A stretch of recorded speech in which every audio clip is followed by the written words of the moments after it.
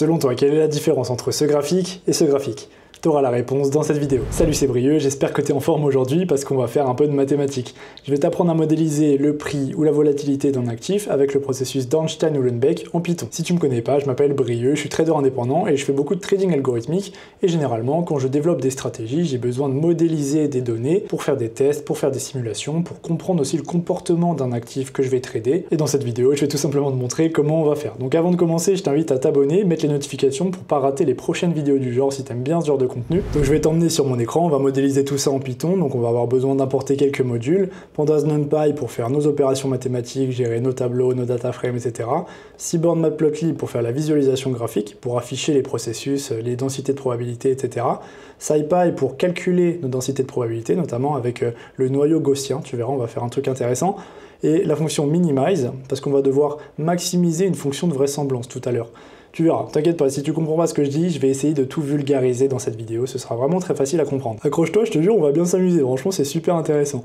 On a aussi Yahoo Finance pour importer nos données historiques d'un actif, parce que on va modéliser des vrais actifs, hein. On va modéliser le S&P 500, on va modéliser euro-dollar, et après toi tu pourras modéliser ce que tu veux, hein. Le but c'est vraiment que ça ait une application réelle en trading. Et ça on s'en fout, c'est juste des modules pour afficher graphiquement les maths et pour faire l'indexation temporelle. Bref, on va rentrer dans le vif du sujet.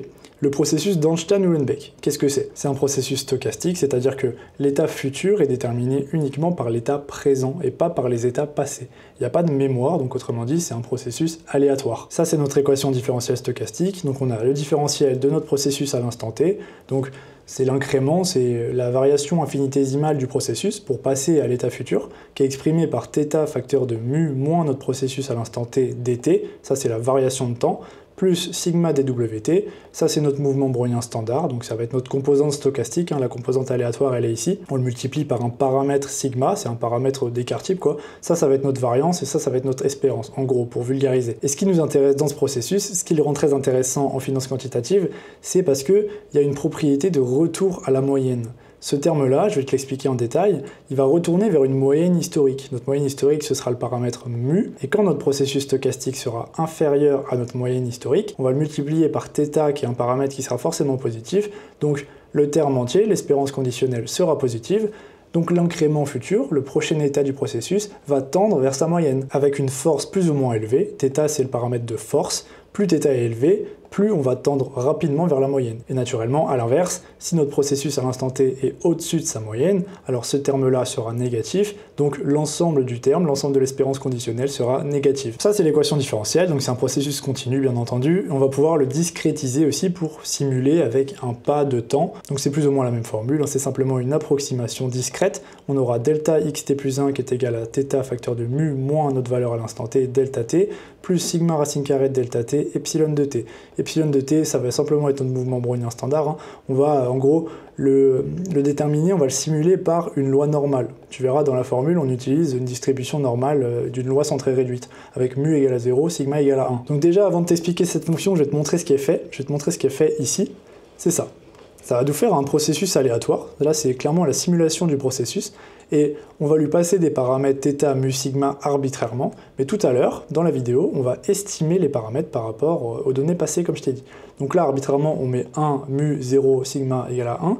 Notre état initial, c'est 0. Notre pas de temps, ça va être 1 sur 252, donc ça va être un jour, quoi, parce qu'il y a 252 jours dans une année de trading, et on va faire sur un horizon de temps de 10 ans.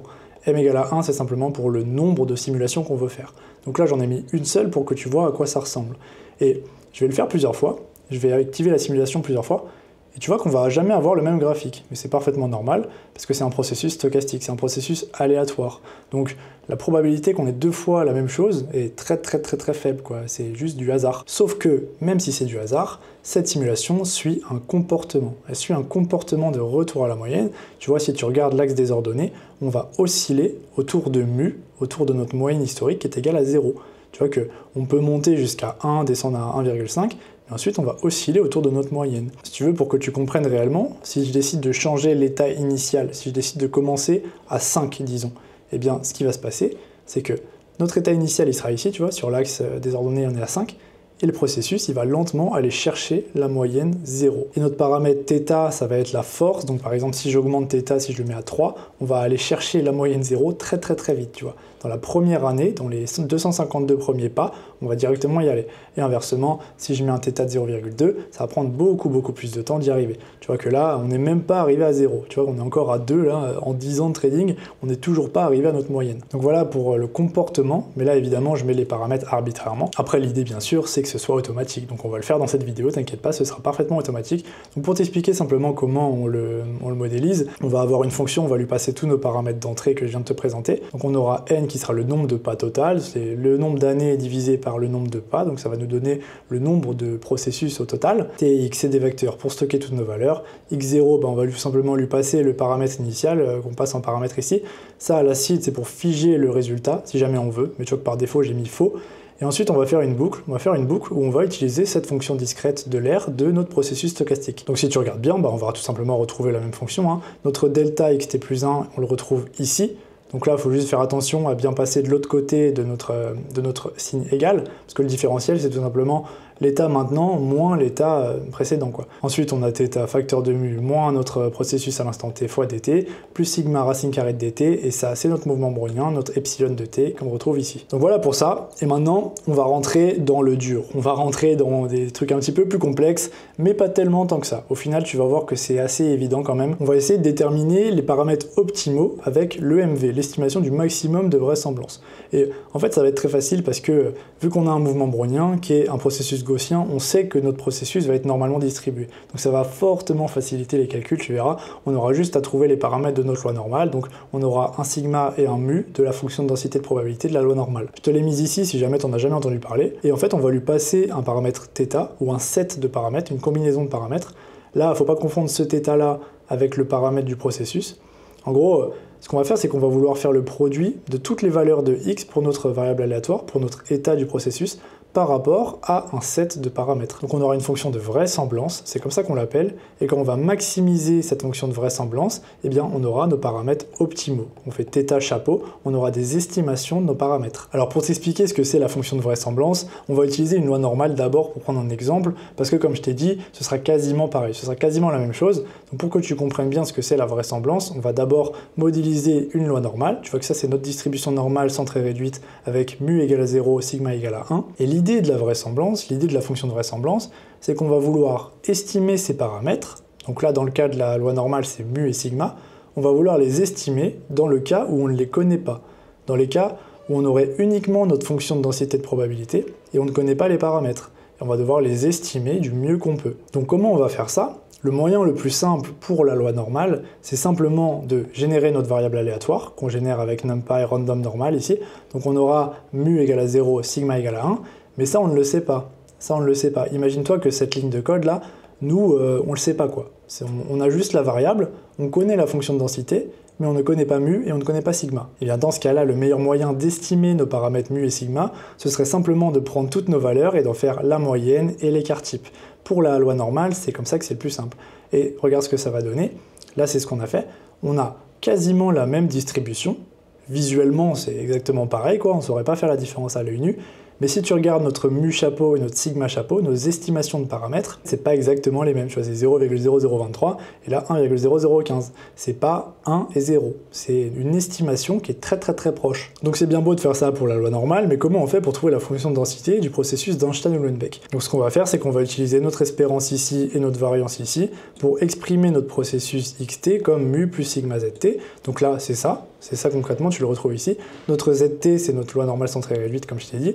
Là, on a notre espérance, et là, on a notre sigma. C'est pas la variance, c'est l'écart type. Donc comme 2θ, c'est un produit, on va pouvoir mettre le dénominateur sur 1 moins e de moins 2θ delta t. On va simplement appliquer la racine carrée à sigma carré, donc on aura sigma, et on aura la racine carrée de ce terme ici. Donc là, tu vois, c'est ça que tu vois ici. On peut se permettre de faire ça parce qu'une des propriétés de la racine carrée, c'est que si tu as racine carrée d'un produit, tu peux faire racine carrée de A fois racine carrée de B.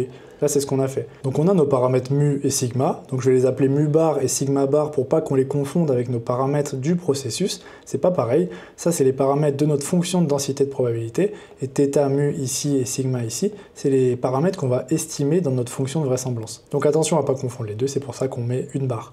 Donc ça, c'est la forme de code de notre mu bar, et ça, c'est la fonction code de notre sigma bar, c'est simplement cette formule-là et cette formule-là. Et maintenant, ce qu'on va faire, c'est qu'on va transformer notre fonction de vraisemblance en fonction de log vraisemblance. Pourquoi log vraisemblance? Parce que maximiser une somme, c'est plus pratique, c'est plus facile à faire que maximiser un produit. Ce que je t'ai montré tout à l'heure, la fonction de vraisemblance, c'était le produit de toutes les valeurs de notre fonction par rapport à un set de paramètres θ. Sauf que là, si on applique le logarithme, on a une propriété additive du logarithme, on va simplement pouvoir maximiser la somme de tout. Là d'ailleurs, pour être rigoureux, il faudrait que je mette θ bar ici. Ce paramètre-là, c'est pas θ, c'est θ bar, c'est notre set de paramètres, c'est les combinaisons de θ mu sigma. Là, tu vois, dans notre fonction, log likelihood, notre fonction de log vraisemblance, on va passer un paramètre θ estimate, donc notre θ bar en gros, qui sera une matrice qui va stocker 3 valeurs, qui va stocker nos 3 paramètres, donc θ mu sigma, les paramètres du processus cette fois-ci, et en gros on va déterminer avec mu OU et sigma OU nos fonctions qu'on a eues au-dessus. Waouh! Oh là là, ça y est, c'est reparti, ça fait la fête dehors. Moi, je fais des maths, moi, je m'en fous de faire la fête, moi, je veux juste montrer comment on fait des fonctions de log vraisemblance. Moi, je veux bouffer des variables aléatoires à densité, là, j'en ai rien à faire de faire la fête dehors. Je deviens fou, je deviens fou. Donc, notre fonction de vraisemblance, ça va être ça. Ça va être Lθ estimate, qu'on va retourner avec un négatif pour pouvoir la minimiser, mais du coup, la maximiser, en gros. C'est simplement qu'avec SciPy, on veut minimiser. La fonction, c'est pour minimiser. Donc, c'est ça. Là, la fonction que tu vois ici, là, notre somme de 1 à n du logarithme de notre fonction pour notre set de paramètres θ, c'est ça. C'est la somme du logarithme de la fonction de densité de la loi normale. Ça, cette formule-là, c'est avec SciPy qu'on peut l'avoir. C'est simplement pour avoir évité de retaper tout ça. Là. En gros, c'est ça. Si tu veux savoir, c'est ça. C'est cette fonction-là. Donc on va utiliser maintenant la fonction minimize de SciPy, comme je viens de te dire. Mais avant, on va passer des contraintes. Parce que notre sigma et notre θ ne peuvent que être positifs dans nos paramètres. Donc, toutes les combinaisons de paramètres qui vont maximiser la fonction de vraisemblance, mais où θ ou sigma seront négatifs, on va les ignorer. On aura des contraintes qui vont faire qu'on ignore ces paramètres-là. Ils ne pourront pas être nos paramètres optimaux parce que ce ne seront pas des paramètres valides. Donc comment elle fonctionne cette fonction SciPy? On va simplement lui passer notre fonction de vraisemblance ici, on va lui donner un état initial, donc là on le fait arbitrairement. Après, si tu veux être rigoureux, si tu veux vraiment avoir des applications en trading, on verra ça dans d'autres vidéos, d'ailleurs donc abonne-toi, eh bien il faudra aussi initialiser les paramètres d'une certaine manière qui fait que tu ne vas pas casser tout ton processus. Parce que les paramètres initiaux peuvent être d'une importance quand même assez importante. Mais là, pour la simulation, on n'en a pas besoin particulièrement. Donc on va simplement lui passer 1, 1, 1. Donc ça c'est θ mu sigma, hein. Ça c'est θ, ça c'est mu, ça c'est sigma. Et on va lui passer comme argument nos data, donc les data qu'on va télécharger avec Yahoo Finance, et nos contraintes, c'est nos contraintes. Maintenant, notre fonction pour estimer nos paramètres, eh bien, on va tout simplement assigner à la variable optimize notre fonction qu'on vient de faire juste au-dessus, et on aura θ mu sigma qui seront dans le array 0, 1 et 2, et quand on va appeler cette fonction avec notre data, eh bien, on va estimer nos paramètres par rapport à ce jeu de données. Donc là, c'est génial, ça y est, on rentre dans le vif du sujet, on va vraiment simuler et modéliser nos données. On va choisir le S&P 500, donc on télécharge les données avec Yahoo Finance. On va d'abord convertir en log returns. Donc qu'est-ce que c'est les log returns, les log rendements, si jamais tu ne sais pas ce que c'est? C'est simplement pour conserver une symétrie dans les rendements, on va faire le logarithme naturel du prix maintenant, du prix à l'instant t, divisé par le prix à l'instant t-1. Avec un shift de 1. C'est ce qu'on utilise pour modéliser les rendements en finance, pour plein de raisons, et notamment la même raison que pour la fonction de vraisemblance que je t'ai dit au-dessus, c'est qu'on va pouvoir additionner tous les rendements, et donc conserver une certaine cohérence à long terme. Si on additionne tous les jours, tous les rendements de tous les jours, on aura le bon rendement cohérent à la fin de tous ces jours, de toute cette période-là. C'est pour ça qu'on les utilise en partie. Bref, maintenant on va déclarer une variable pour stocker la volatilité de notre S&P 500, de notre indice boursier américain. Et comment on va faire? On va simplement prendre les log returns et on va créer une fenêtre glissante, donc avec point rolling. Et notre fenêtre, on va prendre 40 jours. Ça peut être ce que tu veux, mais 40 jours, c'est 2 mois de trading, donc ça va être une fenêtre qui est assez intéressante pour faire la volatilité. On va faire l'écart type de cette fenêtre de 40 jours et on va l'annualiser avec racine carrée de 252. 252, c'est le nombre de jours de trading dans une année, si jamais tu ne te souvenais pas. Donc ça va nous donner ça. Et qu'est-ce que c'est ça? Qu'est-ce que c'est ça? Petit quiz. Ça, c'est le VIX. c'est le VIX. Si tu as vu mes autres vidéos, tu sais ce que c'est, donc c'est bien, bravo à toi. Et si tu sais pas ce que c'est, je te le fais découvrir. C'est un indice de volatilité du S&P 500. Donc là, tu vois que dans les rendements, il y a une grosse volatilité en 2008, c'est normal, il y avait la crise des subprimes. En 2020, il y avait le Covid, et tu vois que là, sur ce graphique, on voit tout simplement quand est-ce qu'il y a eu des gros mouvements de prix sur le S&P. Concrètement, c'est ça. Et pourquoi j'utilise ça? Pourquoi je te montre la volatilité, à ton avis? Rappelle-toi déjà, si tu as un petit peu déjà oublié ce qu'on a fait dans cette vidéo, on utilise un processus qui a des comportements de retour à la moyenne. Donc là, qu'est-ce qu'elle a cette volatilité? Tu vois, entre 0,1 et 0,2 sur l'axe des ordonnées, si on traçait une ligne ici, on traçait une ligne là, on estimerait à peu près la moyenne, tu vois. Vulgairement, on estimerait cette moyenne qui est à peu près là. Et c'est ce qu'on va faire avec le processus. C'est ce qu'on va faire avec notre processus d'Einstein-Uhlenbeck. On va pouvoir déterminer une moyenne historique et modéliser un prix qui va osciller autour de cette moyenne. Enfin là, c'est pas le prix, c'est la volatilité, pardon, mais on va modéliser cette volatilité qui aura le même comportement, tu vois. Quand ça monte fort, ça retourne vers sa moyenne, ça retourne vers entre 0,1 et 0,2. Là, pareil, ça monte, ça redescend instantanément. Là, pareil, ça redescend instantanément. Donc, il n'y a pas que la volatilité qui a ce genre de comportement, mais souvent, c'est intéressant de modéliser ça avec un comportement de retour vers la moyenne, donc avec le processus d'Einstein-Uhlenbeck. Donc c'est ce qu'on va faire, on aura trois paramètres θ, mu, sigma, qu'on va estimer avec notre fonction Estimate OU Parameters, que je t'ai montré juste au-dessus. On va lui passer notre volatilité du S&P 500 comme argument, et notre θ de départ, 1, 1, 1. Et voilà, c'est ça que ça va donner. Là, le plus important, le plus évident, c'est que notre mu chapeau, tu vois, 0,168, ça fait parfaitement sens. C'est entre 0,1 et 0,2. C'est notre moyenne, tu vois. Pense au trait là que je te disais de tracer imaginairement. C'est ça. Notre mu chapeau, notre estimation du paramètre, il est là. Et là, tu vois qu'on n'a pas choisi θ, mu ou sigma arbitrairement. On a étudié ces données-là et on a fité notre modèle, on a fité notre processus grâce à la maximisation de la fonction de log vraisemblance. Et pour te le montrer graphiquement, je t'ai concocté un petit truc intéressant. Avant, je vais te montrer aussi comment simuler le processus continu. Parce que je t'ai montré comment on simulait le processus discret, tu vois, avec un pas de temps, un incrément discret, quoi. Tu passes d'un jour de trading à un autre, etc. Du coup, tu peux faire un graphique qui monte et qui descend. Mais le processus continu, tu ne peux pas faire ça parce qu'il n'y a pas de temps, tu vois, c'est une variation infinitésimale. Et du coup, tu ne peux pas l'afficher sur un graphique. Tu as simplement une fonction de densité de probabilité à un instant t, à un instant maintenant, aujourd'hui. C'est quoi notre densité, c'est quoi la probabilité qu'on ait tel chiffre ou tel chiffre. Donc ce qu'on va faire, c'est qu'on va simuler le processus continu. On aura notre drift, donc c'est notre espérance, et la diffusion, c'est notre variance. Donc on aura le sigma bar et mu bar, les paramètres pour notre loi normale, notre fonction de densité de probabilité de la loi normale. Et ça, c'est notre erreur standard, toujours le random normal, c'est le mouvement brownien, rien de nouveau là-dessus. Et ensuite, on va utiliser aussi SciPy pour utiliser le noyau gaussien, le KD, Gaussian KD. Donc on va lui passer nos données, donc ce sera SP Volatility, et on va pouvoir déterminer ça. Ça, c'est notre distribution continue de notre processus à l'instant T.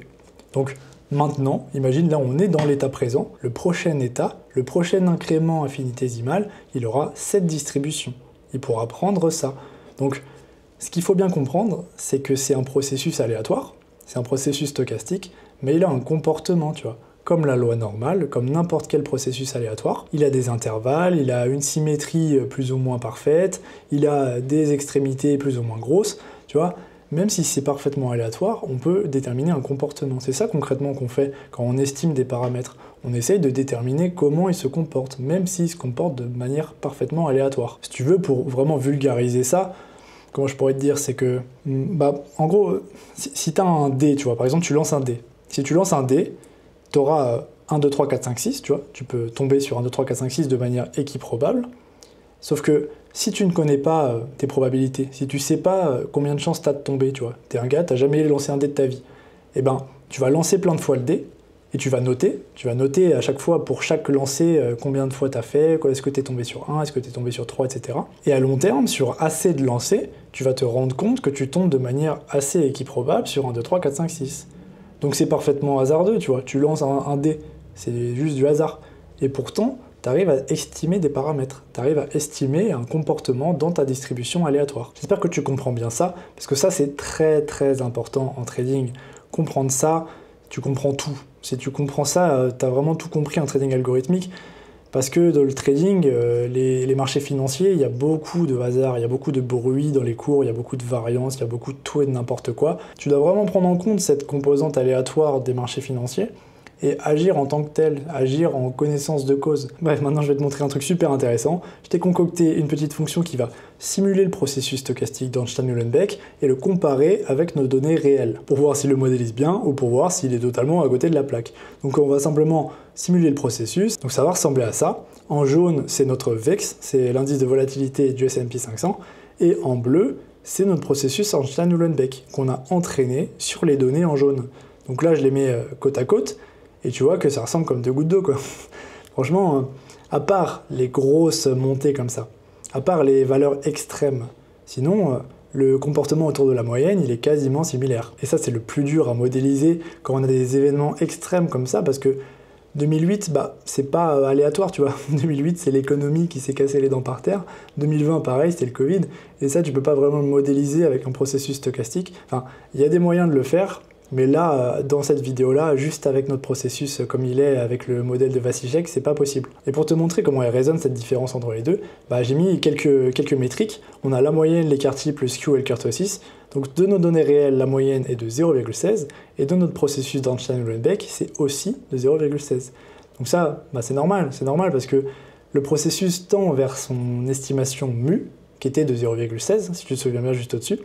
Donc notre moyenne empirique, ça je précise, c'est pas mu, ça c'est notre moyenne empirique. C'est simplement la somme de toutes les valeurs divisée par le nombre de valeurs. C'est juste une moyenne, une moyenne arithmétique. Donc ça va naturellement être très proche, même si c'est aléatoire. Si on le refait, ça va un petit peu bouger, mais ça va être très proche. Par contre, l'écart type, le skew et le kurt ne vont pas être très proches. Ils vont pas être parfaitement pareils.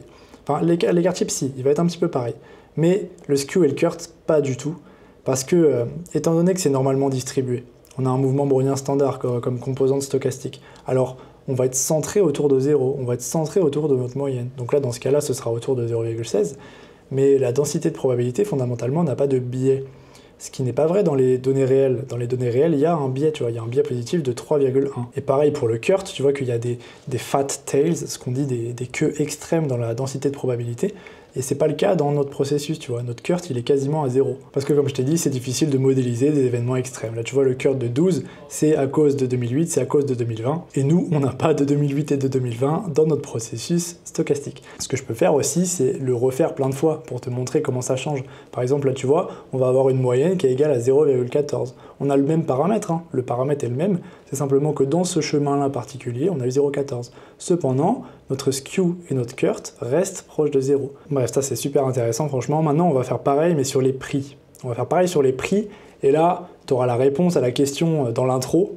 Les deux graphiques, qu'est-ce que c'est, qu'est-ce que c'était? Je vais te montrer pourquoi le trading c'est si difficile et pourquoi c'est impossible de réussir avec de l'analyse technique.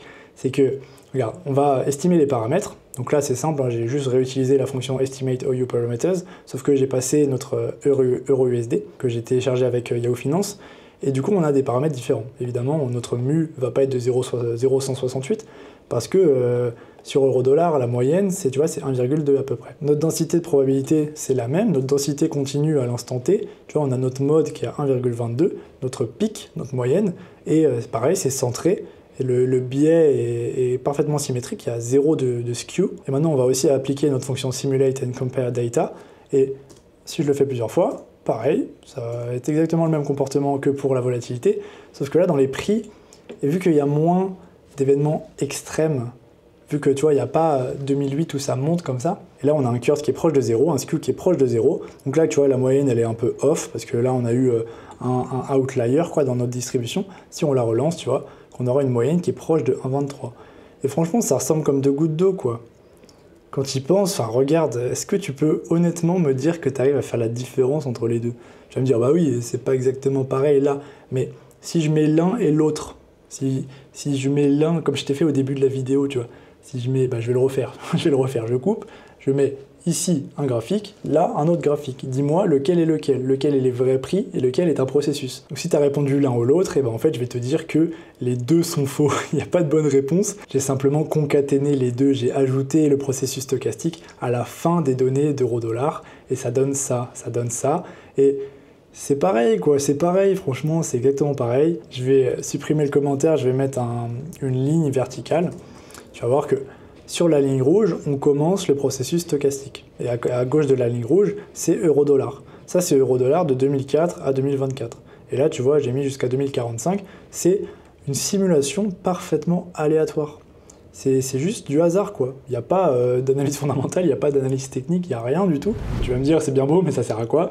C'est vrai que là, c'est simplement une simulation. C'est pour te montrer comment ça fonctionne. Mais après, par contre, on a des vraies applications dans le vrai monde, hein. Dans le monde réel du trading, quoi. Tu peux appliquer ces simulations pour entraîner des modèles, pour faire du stress testing, pour optimiser tes algorithmes sur des jeux de données différents qu'ils n'ont jamais vus. Tu peux faire des tests statistiques, tu peux comparer plusieurs jeux de données et voir si ton algorithme fonctionne mieux sur un qu'un autre. Et si c'est des processus aléatoires, bah, tu peux tirer des conclusions. Après, il y a différentes manières de l'utiliser. Là, je t'ai montré sur la volatilité et sur les prix, mais tu peux aussi le faire sur les taux d'intérêt, par exemple. L'idée principale, c'est de mieux comprendre ton actif que tu trades, c'est de le modéliser pour savoir son comportement et ensuite agir en conséquence, quoi. Donc voilà, j'espère que tu as bien aimé cette vidéo de vulgarisation du processus d'Einstein-Uhlenbeck en trading avec Python. Je t'invite à t'abonner pour ne pas rater les prochaines vidéos sur ce type de sujet. Mets un j'aime, mets un commentaire, dis-moi ce que tu en as pensé. Je t'invite aussi à regarder ma formation en trading algorithmique sur MQL5 si tu veux. Si tu as trouvé cette vidéo complexe, justement, MQL5 c'est quand même moins complexe. Donc si tu es débutant, c'est plutôt par là qu'il faut commencer. Donc bon courage dans ton apprentissage, c'était Brieux, ciao.